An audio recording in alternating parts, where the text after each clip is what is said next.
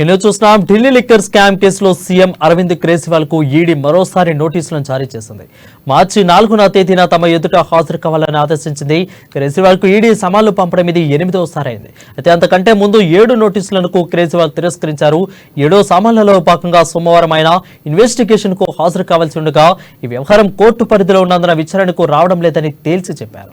Court నిర్ణయం కోసం వేచి ఉండాలని వెల్లడించారు. ఈ నేపథ్యంలో ఈడీ మరోసారి సమన్లు పంపడం గమనార్హంగా మారింది. కేజ్రీవాల్ కు గతేడాది నవంబర్ 2న, డిసెంబర్ 22న, అదేవిధంగా ఏడాది జనవరి 3, 18, ఫిబ్రవరి 2వ తేదీన, 19వ తేదీలో ఈడీ సమన్లు పంపగా కేజ్రీవాల్ అన్నింటినీ కూడా తిరస్కరించారు.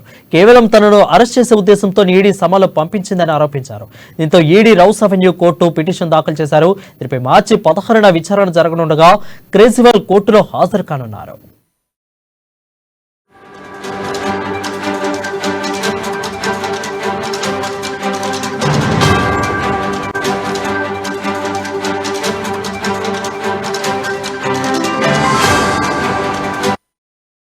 బ్రేకింగ్ న్యూస్ చూస్తున్నాం. ఢిల్లీ లిక్కర్ స్కామ్ కేసులో 8వసారి అరవింద్ సీఎం కేజ్రీవాల్ కు మరోసారి నోటీసులను జారీ చేసింది. అయితే మార్చి 4వ తేదీన తమ ఎదుట హాజరు కావాలని ఆదేశించింది. కేజ్రీవాల్ కు ఈడీ సమన్లు పంపడం ఇది 8వసారిగా మారింది. అంతకంటే ముందు 7 నోటీసులను కేజ్రీవాల్ తిరస్కరించారు. 7వ సమన్లలో భాగంగా సోమవారం ఆయన ఇన్వెస్టిగేషన్ కు హాజరు కావాల్సి ఉండగా ఈ వ్యవహారం కోర్టు పరిధిలో ఉన్నందున విచారణకు రావడం లేదని తేల్చి చెప్పారు కేజ్రీవాల్.